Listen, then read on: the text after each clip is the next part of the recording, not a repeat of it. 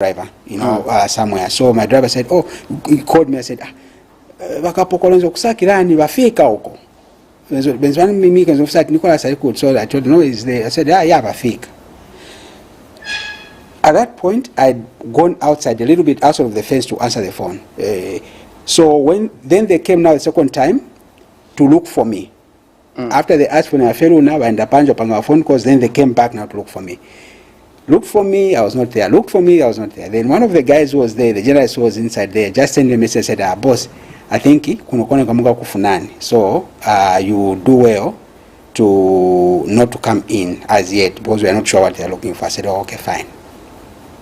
So that's how I moved out of the premises. Then I called the guy who was driving our company vehicle, came just outside the lodge where I was kukona, changed my clothes, put on new clothes, different clothes, and then the rest was history. So you've mentioned that I know that if we are to dig deeper into the Hatembos issue, I think the whole interview will be, the time will be consumed by the Hatembos. Now, we saw some people being arrested because of the Hatembos. I remember the wife to Chief Muguni was arrested, and some mayors for you know, Joma and Mazaboka were also arrested. When you say after they left the room in which you had the press briefing, they made it clear that after we leave, you're not going to find us, you're not going to see us. And we saw people being arrested because they were, you know, perceived as the people that were, you know, keeping the Hatembos. Are you in a position to confirm who then was keeping the Hatembos? Well, look, the issue, I don't want to talk about the people who were arrested because, as you know, the people that were arrested are in court. As we talk now, the issue is in court and they are facing the charges of abduction and abduction of the Hatembo family. And so I would not want to go in to talk about those things that are before the court. What I can tell you confidently and clearly was that the whole Hatembo story was about stopping one Hakainde Hichilema from being on the ballot by the Patriotic Front under the leadership of President Edgar Lungu, using a crack squad in the police, not professional police officers. The crack squad, there was a special... Where are you getting this confidence to say this was the plan? Because I have the facts. I have the facts. Fact number one is that I told you that when we took the issue to Macha Police, we went to report because, remember, this family is domiciled within Macha. So the Macha Police has the jurisdiction power to admit cases brought to them within their, you know, area. When we took this issue to Macha Police, the police in Macha said this is a high-profile case. We cannot admit it. Now, between you and me, let's analyze this. Which case is high profile? What made the issue of the Hatembos land saga with one Hakainde Hichilema, what makes it a high-profile case? What is so special for me to go and report that my life is under threat? Feruna and Newton, they go there to report, say our lives are under threat. That issue becomes a high profile. The police cannot prosecute it. Does that make sense? It doesn't make sense. Secondly, when the team of journalists and ZITUKULE staff were moving from Choma into Lusaka, they were intercepted in Mazabuka by the police officers from the force headquarters. Meanwhile, in Mazabuka, there was there's a permanent roadblock there, manned by Mazabuka police officers. But no, these were special ones coming from, coming from Lusaka to come and, have this. So the whole scheme was well orchestrated by the state with the full blessings of officers of the state who had interest in political office. Thirdly, my own experience. The police were looking for me. The police looked for me in Choma for 9 days. My board chairperson was arrested. And when he was arrested, he was being asked, where is Nicholas? show us where Nicholas is. My legal counsel was summoned by the police. When he was summoned, he was asked the same question, please show us where Nicholas is. And the legal counsel was very clear. He said, it's simple. Give him a police call out, then he will show up. And I was in Choma for 9 days waiting for a police call out, which police call out never came, but still looking for me. When the journalists and the ZITUKULE staff were detained, they were only detained because they were interrogating them to help with information where they could find this Nicholas. And they were calling me the mastermind of what I don't know. So, how do you explain, Chifokolo, the fact that the police officers are looking for you, but they're not giving you a police call-out? What do you describe that to be? So, when I say that this was a politically motivated charge, that's precisely what I mean. Now, when you say it was a politically, it was a political matter, we still remember the people that, started talking about the farm and, involving the Newton, the Atembos. We can talk about EEP leader who started the case and also FTD leader. But these people were not in government. And so when you say the state, I'm made to wonder, because Chirufya Tayari was not in the ruling party, Madam Nawaki were not in the ruling party. So when you say the state and the police, I'm lost there. Yeah, you are lost. Chifokolo, you and I know very well that during the Patriotic Front reign, a lot of people had compromised to stand for and promote wickedness. It didn't matter whether you were a church leader, you had Christians for long. Whether you were civil society, you had civil society that would come here, sit here, and sing the loudest of how beautiful the PF was. Civil society. And this is a regime that was siphoning money from the country. This was a regime that was giving fake drugs to citizens. This was a regime that brought about the issues of gassing. This was a regime that did all manner of atrocities. And then civil society, who are supposed to be speaking for the poor, who get funding to speak for the poor, came here and sat and praised the PF. So when you say that this one was opposition, that one was opposition, you know that you had opposition that was basically singing the PF song. And we can mention names here. So those were opposition, but state agents. And you mentioned the name here of Madam Edith Nawaku. Madam Edith Nawaku was even the one singing the loudest. Why aren't the police interrogating Nicholas? Nicholas has been scot-free. The police is not asking him questions. Who is Edith Nawaku to be telling the police what to do, if the police are professional? And I can tell you, that is what they did throughout this case. They were giving instructions to the police. Arrest that one, arrest that one. They had a list of people to eliminate. They had a list of people to arrest. Eliminate these. If they're not cooperating, leave these. They're going to come to be state witnesses. And all this was being orchestrated by the PF, criminal organization, masquerading as a political party. Now that you are back, and how far are they still looking for you? Have you received their call out? If they are looking for me, I'm here. If it was, Edith was telling them that you interrogate Nicholas, I'm here. I've been here. I've from the time I came on Sunday, I've had, a couple of radio programs, and I'm saying the same thing, that if you're looking for me, you think I committed a crime, I'm here. Have you been approached? Have they communicated to your lawyers? I'm a free man. No information, no call out so far. I'm a free man because I never committed any crime. Any plans of you suing those that were after your life and those that were calling for you to be arrested or being interrogated? Do you have any plans to start, legal proceedings? Or I think for me, it's not really about suing for seeking redress. For me, it's about purging the police. President Hakainde Hichilema, the new Minister of Home Affairs now, Honorable Jack Mwimbu, you have a huge task. Your police is deeply infiltrated. You have people in the police service that should never have been there in the first place. The police, it reached a point where, in this particular case, there were some people that were given police uniform, that were not supposed to have police uniform, just to go and masquerade and intimidate people to siphon information so that they could know where who is doing what. So the police service must be purged, not for the sake of what I went through. I'm just one individual, Kelvin, you are talking to, because I'm lucky, I've been privileged to talk to you, the media. Do you know how many other people, in this particular case of the Hatembos, people that will never have a chance to speak to you like this, who have been displaced, who have been unfairly treated, who left their homes, their children, their families, running away for their lives.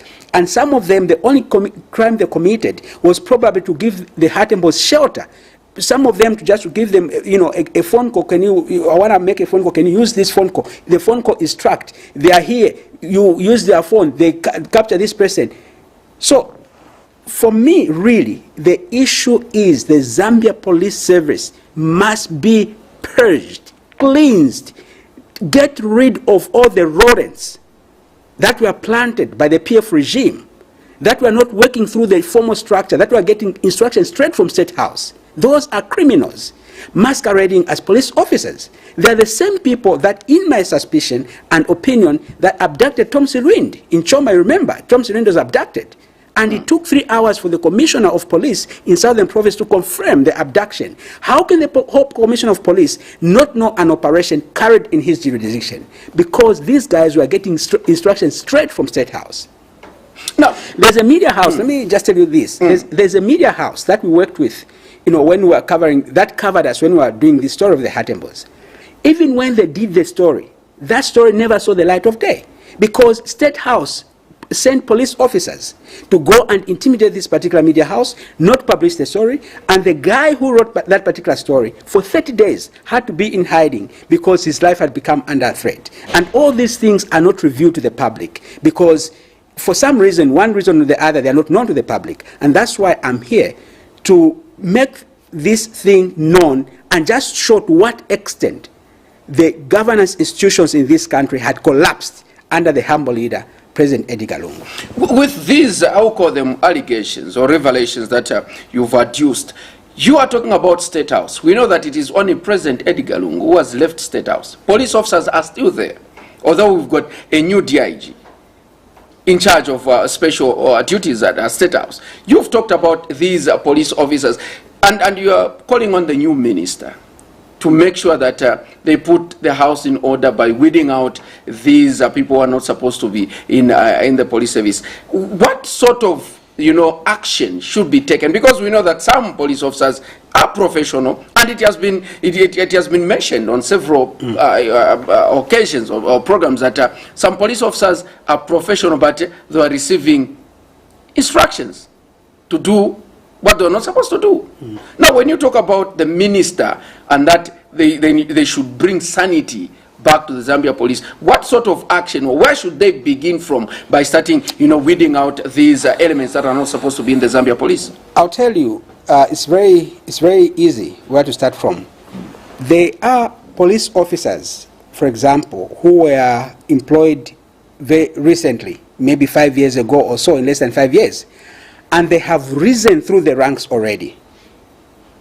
And your question is, what criteria did they use? When there have been people, Kelvin, that have served not only long years, but also that are competently qualified, some of them with 2 degrees, they have still remained in ranks of constable. So you start from there, you do a human resource audit. How did Fokolo find himself to be superintendent? What happened? Where are the credentials? Where are the papers? That's a starting point. But also, within the police service itself, they have the intelligence unit. And this is now at the disposal of the state. And these are matters that can be discussed, and it's very easy to fish out who was a criminal planted in police service masquerading as a police officer. It's very easy. There are all these institutions of the state that can avail this information. So that is not an unattainable task. It is something that is doable, and it can be done. Otherwise, if this is not done, then will not have changed anything in our governance structure. Now, let's move our discussion away from the Hatembos. I'm sure you've clarified, and very soon, if the Hatembos are still around, we'll be able to see them. They are around. It's not even a question of if. I'm very sure they are around. Let's talk about the new administration, the new dawn. You've talked about civil society organization that some were, championing the agenda of the ruling party then. What is it that you expect to see now that there is a change of government from your colleagues in the civil society organization, in order for us not to have a similar, experience where civil society organizations became campaigners for the ruling party, they became defenders of the ruling party? What is it that we expect to see now in the new dawn when it comes to civil society organization? I think at the end of the day,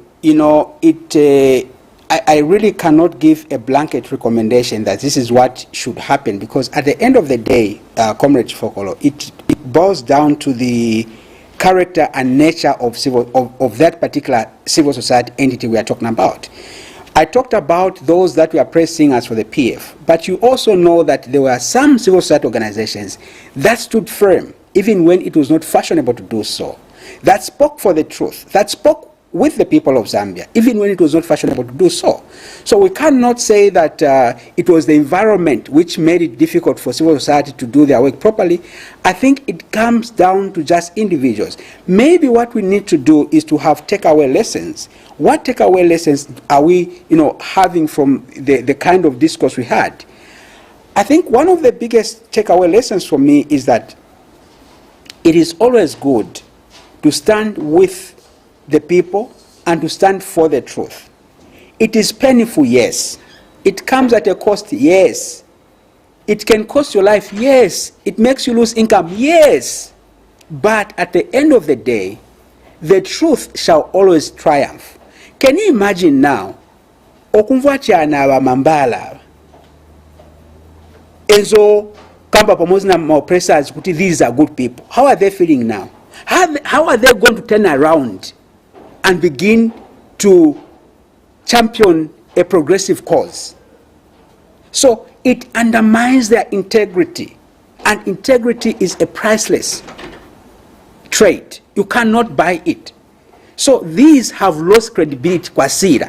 They'll try here, make noise there, but people now, the levels of civic awareness among Zambians are very high. So people are able to read through the lines and say, these ones, and this is, I think, the most significant thing that we have to learn as civil society. The same applies to the church. The same applies to opposition political, leaders. What will happen to those now political party leaders who are saying, no, Wamene, you are dead, Wamene, you are dead? 1 million people reject you. Are you going to bounce back on the political platform again and say what? What is going to happen to all those who are saying, Lungu nika bolala? Then they turned around and they said, no, now only vote Lungu. Because you see, the economy of Zambia, the way you see how, the people I'm talking to. And now they have turned around, Then the people of Zambia reject. How are they going to bounce back on the political scene again and say, how are they going to come back? So I think that the lesson, comrade, we learn from this is that even when it is painful, always stand with the truth and with the people. We paid a price, comrade. I will tell you that we paid a price in the time of the PF to stand for the truth. Some of us had even organizations' boards divided because they went infiltrated this way, infiltrated that way. So this one is pulling, no, we are too much hard on the government. This one is doing, oh no, the executive director, what? It was that painful. But we said, you know what? We are going to stand with the truth. If we are going to die, let us die for the truth. And today, we feel so exonerated, we feel so happy that we stood for the truth. I don't know how my colleagues who defended the looters are feeling now. That especially when they learned that the looters actually even brought in vaccines that are not authorized and put them at the airport waiting for them to win an election so they could inject them with poison in their bloodstreams. I don't know how they're feeling. At least we feel proud because we stood and said to the face of these people that you are collapsed, as Bowman would put it. You are collapsed, and we made sure we removed them from power. I know that, for the past 1 week or so, Zambians have been asking the president why he has taken time to, avail or announce his cabinet. We saw this afternoon President Hakainde Hichilema announcing, some members of cabinet. First of all, as ZITUKULE, I know that you've talked about the minister in charge of Home Affairs, that there is too much work to be done at Zambia Police in the Minister of Home Affairs. What do you make of the appointments and the names that have been, there are people that have taken up different ministries? First of all, let's be very clear that there will be no single appointment that people are going to unanimously agree that yes, this is a good appointment. That's number one. Number two is that, and I've learned this through my professional life and also through interaction at different levels. Number two is that sometimes our expectations that, oh no, Chief Okolo will be chosen in that portfolio is dependent on what we see in public. There are some people that can do gymnastics in public, they can speak very good English, they can do all these things, they are vuvuzelas, but when it comes to performance, they cannot perform. And most of the times, our expectations are based on those kind of characteristics. But I think that these particular appointments, the president is looking beyond the fact that I'm a vuvuzela, I can speak in whatever, in public and whatever. He's looking at certain competences. He's looking at regional balancing. He's looking at all these kind of things. Having said that, I think that the appointments are a good blend of experience and inexperienced individuals that are going to work as a team, generally. However, I think one of the things that I would really love to see, probably in the remaining appointments, is the promotion of youth into position of leadership. And here, I'm not talking about young leadership, because there's a difference. Our official definition of the youth is a person below the age of 35. And these are people that are more than 50% of our population. And so we need to, we expect to see that at least certain positions must be given to the youth. That's one. Number two, we also expect to see the increased number of women leadership in cabinet positions. The election itself was not kind enough for us to deliver women leadership, and that's a topic for another day. But I think that through the nominated members of parliament, the president can try as much as possible. It may not reach the 50-50 gender parity, but at least it should be more than 18% of women representation in parliament that we had, 18% with 18% off the cuff of what we had in the previous, in the previous dispensation. Number three is that we also expect to see, people living with disabilities being represented in there. I think that is what is going to kind of give us a feeling of a complete new dawn. But other than that, I think the appointments are really on point, and I can only appeal to all of us, those that had names in the head that, oh no, Chief Okolo will be put there and then Chief Okolo has not been mentioned. Let us work to support this team so that it can deliver. And if they fail to deliver, of course, Zambians have become so impatient. If the UPND cabinet, UPND government fails to deliver, I'm afraid there might be a 5 years government, and then they'll be shown the door. It's as simple as that. So I think that the appointments are on point, and we have a lot of expectations. We can go to discuss different ministries, individual ministries, but I think one of the key things that we'd like to see across all the ministries is that the issue of nepotism should completely die. Promotions in ministries should not be based on who is coming from Gumusanza or who is coming from Kumawa. No, it should be based on merit, it should be based on professionalism, competence, and the ability to execute, to execute, duties professionally. There are people that have already, started, analyzing and, pinching some holes or pointing out some ministries and ministers that have taken over. There is this saying that majority, or we've seen people that served in the MMD back again and serving in the UPND, and some even served in the PF, and people are saying this is not what we expected. We expected a different face of cabinet ministers, not people that were there in MMD, people that were there in PF, and now they are back. Does it mean there are no capable people that can take up ministerial positions? Yeah. Unfortunately, and I don't want to sit here and sound like a UPND Vuvuzela, but unfortunately, the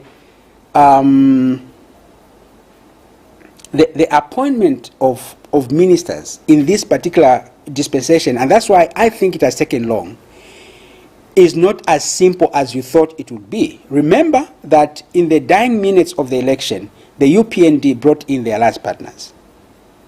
That particular thing changed the dynamics. Today, President Hakainde Hichilema has a choice to leave all the partner people and just stick to his own team that he had. But you know the cost of that politically?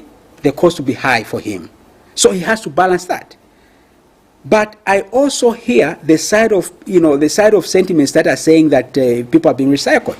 And here we can discuss people that have been recycled. For example, you have Honorable, Silva Masebo. In my view, should the question be that somebody has been recycled or that somebody is competent to do the job? I think the recycling of Honorable Silva Masebo, for example, is a good thing.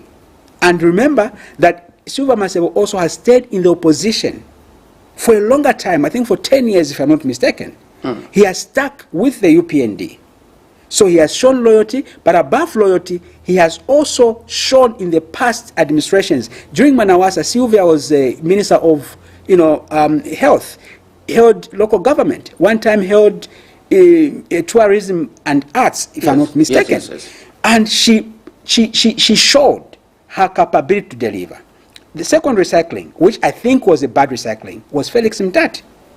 I honestly think that was a bad recycling because Honorable Mtati just came recently from, the PF. He saved Manawasa, saved Rupia Banda, didn't save Michael Sata, but saved ECL. And up to recently, up to the time he was fired, he did not live on his own. If he was not fired up to now, probably would have been in ECL's government. So I honestly don't see the value that he's bringing by being a member of cabinet. And here, I'm not saying that he's not competent. He might be competent. But I think there would have been another role that he could play. Look, in the MDC, for example, you have comrades like Comrade Hikaomba, you have comrades like, Comrade Sherry Tole, and I'm not proposing these names that they should be there, but I'm saying, some of the people that I know they can do something. So I think that that particular recycling for me is in bad taste. The other recycling was the Stumbeko Musokotwane. Maybe you already discussed it here. Was it a bad recycling? In my view, that was a good recycling. One, looking at the ministry. People talk about the success of Ngandu Magande, but do you know the people, the backroom staff, the people that were helping Ngandu Magande to become a successful, Minister of Finance? Stumbeko was one of the key pillars of the success story of Levi Manawasa, the economic success story of Levi Manawasa. So I think that recycling is a good and tested recycling. And besides, the moment Stumbeko left MMD, he never changed another political party other than going into the UPND. So I think again there there's some sort of consistency. What is another recycling? Elijah Mchima. Wow, Elijah Mchima, I don't know much about Elijah Mchima, so I honestly cannot give my fair assessment on him. What is another recycling? I think for now we can proceed. Yeah. The president said tomorrow the appointment of cabinet ministers will continue, but away from that, let's talk about the elections. It's the 2021 elections. We've seen 13 independent members of parliament. Others, applied to stand on different political parties. After being left out, they opted to stand as independent candidates, and now they are members of parliament representing these, constituencies. What is it that is expected from these independent candidates? Because we saw in the past administration, majority of the independent candidates, voted for example, Bill 10. There were those that were championing the agenda of the ruling party, and there were also those that were championing the agenda of the opposition. So the independent candidates were somehow divided. This time around, what is it that we expect to see from these men and a woman? I don't expect any change. They say that there are more benefits. That's a common saying. There are more benefits to work with the party in power. And so I don't think that that mentality can go all of a sudden. So I still expect to see a lot more independence working with the ruling party, especially given that, in my view, the UPND in opposition was quite a formidable opposition as compared to what opposition we're going to have now. The biggest opposition now you have is the Patriotic Front. Yes. Patriotic Front, as I'm talking to you right now, it's in Oxygen. It's in ICU, it's in intensive care unit. The condition could be stable, but stable also means that even when you are in coma, you have remained constantly in coma. So the Patriotic Front is a matter of time before it completely dies politically, especially given the way they are trying to rebrand. There's nothing like rebranding here. You get the person, for example, that was a key sponsor of Bill 10, and you give them as vice president of PF. Not only that, but this is also a person who was vice chairperson or something for campaign for the presidency, President Edgar Lungu. And you saw how terrible the PF campaign was couched on tribalism, on malice, on all these kind of things. Then you say this is now the vice president. So the rebranding as it is progressing now, if the tempo of rebranding that the PF is undertaking is going to remain the same, expect that there will be no opposition. And when there's no opposition, when there's no strong opposition, then you expect that the independent members of parliament are going to inevitably side with the ruling party. But Mr. Phiri, are you aware that a majority of the 13, among the 13, a good number applied to stand on PF? And were left out. And why should they support the UPND when they know that the party that left them now is in the opposition? And this is the time to come together and start rebranding from parliament. No, complete opposite. Because you see, complete opposite. Why the party that they applied on left them out? And remember that across all the political parties, there was a lot of corruption in the adoption process. And the PF was the leading party in terms of corruption in their adoption process. And that's why popular candidates, like the independent members you are citing now, were left out. And instead they opted for unpopular candidates who had money to bribe this one, bribe that one, bribe that one. So because of that, it is very difficult for these independent members to go back to the party that rejected them. They campaigned for the PF for a very simple reason, which I've already said, that it is always lucrative, people say so, to work with the ruling party. And so because given with those circumstances, you expect that they are going to work more with the government of the day in the House than otherwise. If we get a different result, that will be a big surprise. You saw that even when before Bali was sworn in, you saw some independent members of parliament already trooping there, going to his house and things like that. So unfortunately, that's where our politics are. Let's talk about rebranding. President Edgar Lungu made it clear that he's not available for 2026. The SG yesterday announced that you'll be going to the farm, full-time farming, as well as Honorable Mkupa, the national chairman, and that the party should look for people that are going to replace. Then we had Kelvin Kaunda, who is the deputy vice youth chairperson, who said the entire central committee should be dissolved, so that we go for fresh elections and choose or elect people that are going to propel the party to the next level. And he also said now the central committee should stop making further appointments. Today we have seen Rafael Nakachinda. Now he's a PF member. He's a member of the Central Committee. He's in charge of information. And also we have seen, Honorable Nixon Chilangwa becoming the Deputy Secretary General. What do you make of this? And is it also in line of rebranding? So you see, the PF, Chifokolo, I'm not one that believes in superstition. Like, this one is under a case, this one is... But I think the PF are under a spell of self-destruction. You see, I loved President Lungu, I think, more than Bowman or somebody did. But yes. He was a chief bootlicker. You never said you were a bootlicker. So what kind of love are you? He even went further to name his children after the head of state and the Because we told President Edgar Lungu the truth. So we loved him, because if he had listened, if the PF had listened, if President Edgar Lungu had listened, probably they would not have been embarrassed as much as they're being embarrassed now. Now, they are doing the same things. I don't know, but I think PF are on a path of self-destruction. I didn't hear that statement you said about the person who suggested that the entire Central Committee should be dissolved. But I think that's a correct position. That's a correct position, comrade. Remember that the PF never had a general conference. They had two. No. And in 20... That was a sham. That was a sham. So they never had a general conference. Instead, the president did piki na piki doli. So that whole Central Committee there is a piki na piki doli Central Committee. It does not reflect, does not connect with the grassroots. So if you are talking, and this Central Committee was in charge when the boat was capsized, was sinking. So if you are talking about rebranding, comrade, you are talking about changing strategic direction. You are talking about changing leadership. You are talking about changing strategies.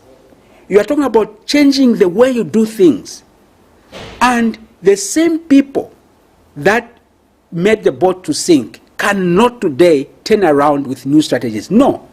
And if you look at the brand of politics that PF knows, and the brand of politics that UPND has brought under the leadership of President HH, it will be very difficult for this leadership of the PF to stand and engage with the UPND.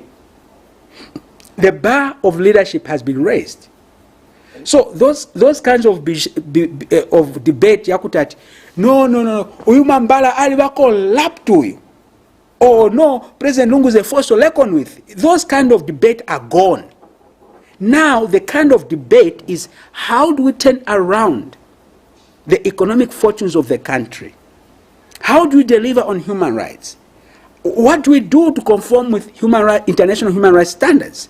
And these are kind of debates that the PF in the current configuration cannot engage in. Very few people can engage in that kind of discourse. But the young generation now is engaged in that kind of discourse. So if you're talking about rebranding, it should be a total turnaround, change of leadership, new members of the Central Committee, new members in the structures. The challenge the PF is going to have, if they stick with the current Central Committee and the and the current leadership structure, is that any one of the members they pick most likely is a guy who is implicated in corruption scandals. You can take the PF Central Committee and close your eyes and throw a stone randomly. Most likely the stone will fall on a person who is in one or the other implicated in corruption scandals.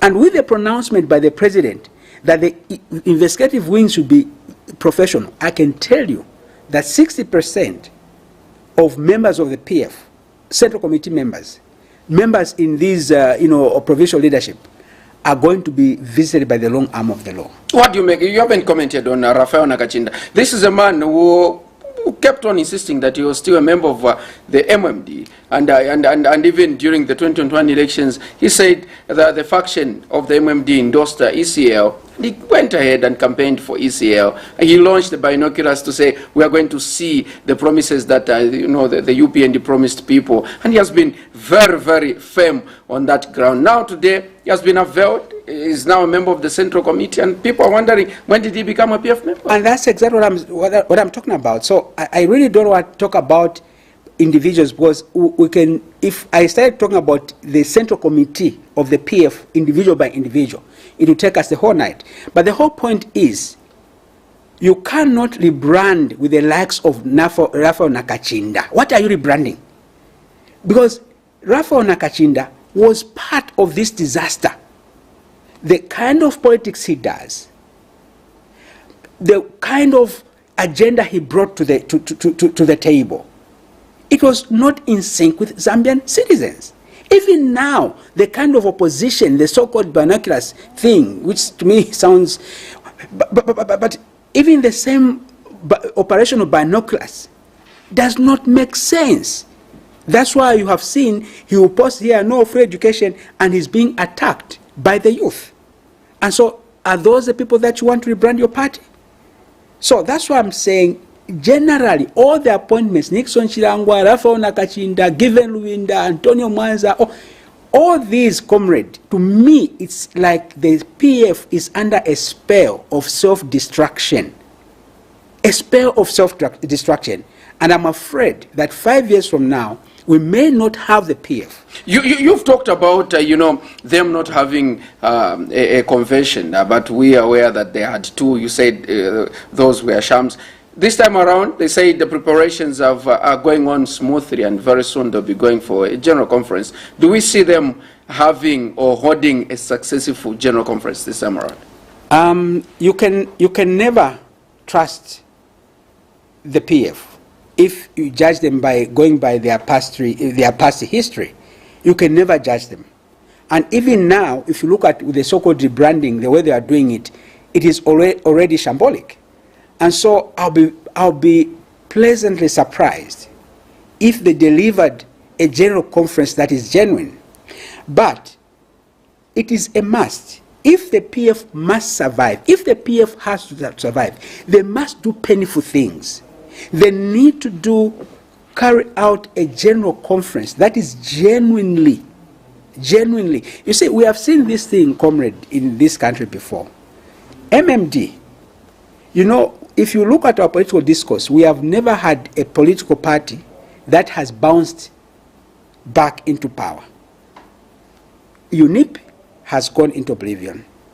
MMD, I said it in 2011, in 2012, I said MMD is going into oblivion. And one bishop said to me, you cannot say that you are not God. I don't have to be God. Today, MMD is gone. PF will not be any different. UNIP and MMD were more organized than PF. PF Mdara was it was a party of convenience. Wait until the DEC and the ACC begins to fish these people one by one. You will see how PF will disintegrate. There will be chaos, Baba and Gehen. That is what is going to happen to the PF. So if they need to survive that, they need to carry out a genuine general conference where the grassroots, the members of PF are going to do self-reflection and then usher in a new crop of leadership. But more importantly, the PF also must apologize to the people of Zambia. Now, to lose with 1 million votes is not child's play. You can lose an election with 100,000 votes, with 500,000 votes, it's okay. 1 million votes. Technically, what that means is that out of, if you had 1 million people to vote, only 1 million people to vote, all the 1 million Chifokolo vote for you and 0 votes for me. That's what it means technically. That is rejection, which means that people were so bitter by the PF. And that kind of rejection cannot take 2 years to be forgotten. It's a generational pain. You see, PF wounded the citizens. They divided us on tribal lines. You know, a slap can easily be forgotten, but words spoken, when the soul is injured, it takes time for you to forget that. So the PF must apologize to the people of Zambia. As we conclude, you said that if the UPND won't be careful, they will just rule this country for one term, which is 5 years. What is it that, what are some of the mistakes that they can do? I know that you're not a UPND member, you are a civil society organization. And the things that you are bringing out, you are speaking on behalf of the Zambian people, which they saw the PF doing, which did not sit with them well, and come August were voted out. Yeah. I think the first thing which President Hichilema is already doing is to talk to us. Just talk to us. Just talk to us. Which the PF were not doing? No, President Edgar Lungu would only talk at the airport when the plane is taking off or about to take off. And when he spoke there, it was either Mponto or he would throw shade at another president. Remember the Phiri? It was at the airport. Phiri, namukani lani. Oh, it was at the airport. Then the Kasakandra Moserani in curfew. Oh, when I'm the Kasakandra, it was in curfew. Then the Uyamuiwala, it was another event. So when I say talk to us, Comrade Chifokolo, you see, President Hakainde Hichilema has promised things. We'll do this, we'll do this, we'll do this. Now, from management point of view, to have a projection, a focus is one thing. To attain that focus, you have obstacles on the way. Sometimes you can exceed your focus, sometimes you cannot reach your focus. What is important is let's talk.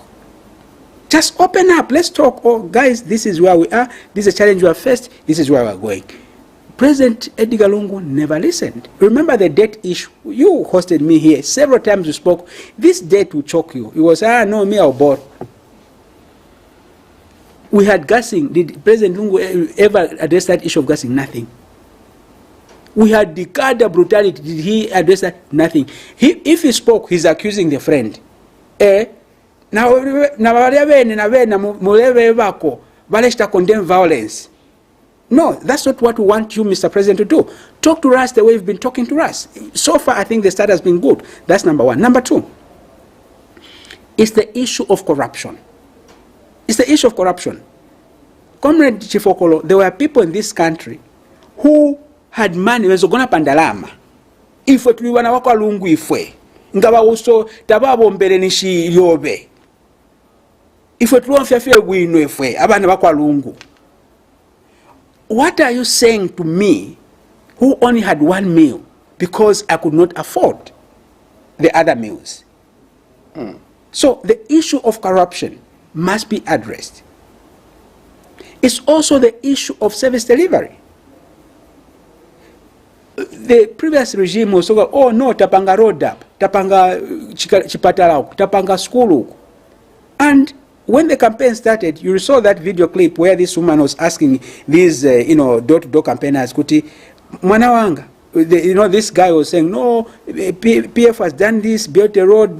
Then the woman went and brought an empty pot. I said, Mwanawanga, wana morodu mupoto. Why? What was she saying? She was saying food on the table. So, food, affordable livelihood, those are the minimum things that we require. Once those are done, then the UPND will be, can be 10, 20 years in power.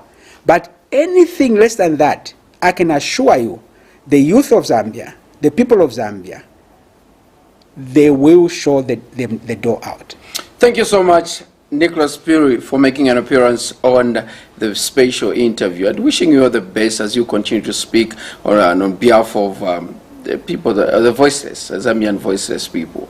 Thank you very much for hosting us, and always a pleasure to be here. There you have it. This has been a special interview, Tuesday's edition. God willing, tomorrow we are going to have a special guest. A special guest. A special guest. You don't have to miss tomorrow's